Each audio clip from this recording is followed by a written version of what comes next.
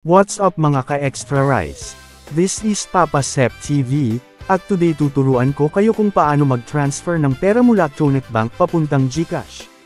Kaya kung ready na kayo, tara simulan na natin.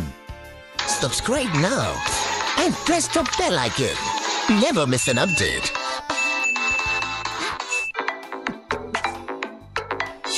Isa, ay open ang iyong Tronet app at mag-login gamit ang iyong username at password o fingerprint.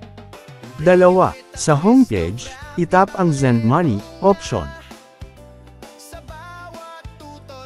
Tatlo, sa listahan ng options, piliin ang Other Banks and Wallets.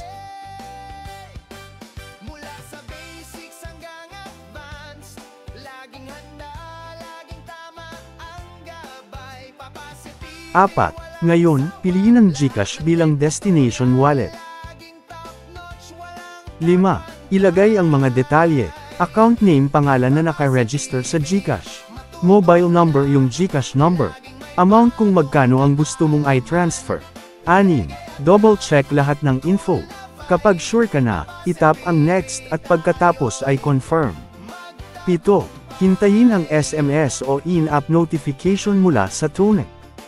Once natanggap mo na, ibig sabihin successful na ang transfer papuntang GCash.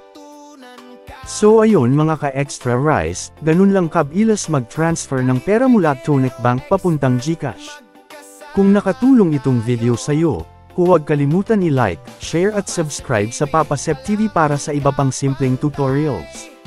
Kita-kits ulit sa susunod na video. Peace out!